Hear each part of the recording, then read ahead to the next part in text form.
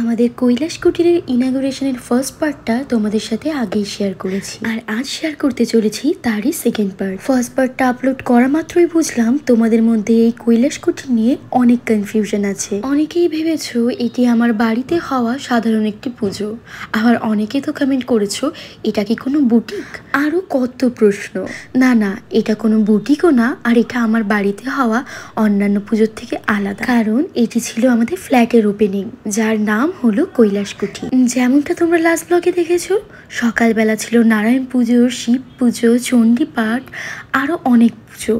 তেমনই বিকেলবেলা ছিল হরিনাম সংকীর্তন, কারণ নিয়ম অনুযায়ী হরিনাম সংকীর্তন বা পাঠ কীর্তন না দিয়ে কোনো গৃহপ্রবেশই সম্পন্ন হয় না, আর তার কারণেই এত আয়োজন।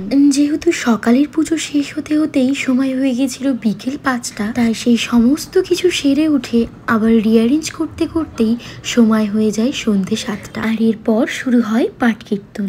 আর তৎক্ষণাৎ সেখানকার পরিবেশটাও কেমন যেন বদলে যায়, কারণ ওখানে উপস্থিত সকল ভক্তরা সাথে আমরাও মেতে উঠি হরিনাম সংকীর্তনে, ঠিক যেমনটা হয়েছিল আমাদের বাড়ির লোকনাথ বাবার তিরোধান উৎসবে। আর অন্যদিকে ততক্ষণে আমন্ত্রিত অতিথিরাও আসতে শুরু করে, আর তারাও কোথাও না কোথাও আমাদেরই মতো হারিয়ে যায় এই নামের ভিড়ে। আর এরপরে শুরু হয় প্রসাদ বিতরণ। যেহেতু অনুষ্ঠানটাই ছিল পুজোর, এই কারণেই সবকিছুই ছিল নিরামিষ, আর সকলকে মৎস্যমুখ করানো হয়েছিল পরের দিনে। তবে আমার দ্বারা একটা ছোট্ট ভুল হয়ে গিয়েছে।